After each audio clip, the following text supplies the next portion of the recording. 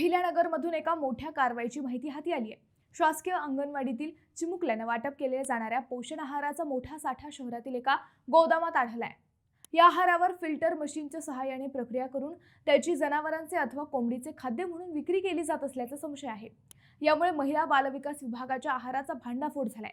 दरम्यान हा आहार आमचा नाही असे म्हणत या विभागाने स्पष्टीकरण दिले। नगर पुणे रोडवरील एका गोदामावर कोतवाली पोलिसांनी मंगळवारी रात्री छापा टाकला होता। या तपासणीत पोषण आहाराचे पॅकेट असलेल्या 150 गोण्या आढळल्या। या पॅकेटवर महिला व बालविकास विभाग, महाराष्ट्र शासन असे लिहिलेले आहे। अन्न व औषध प्रशासनाने आहाराचे नमुने घेतले आहेत। ते तपासणीसाठी नाशिक येथील प्रयोगशाळेत पाठवले जाणार आहेत।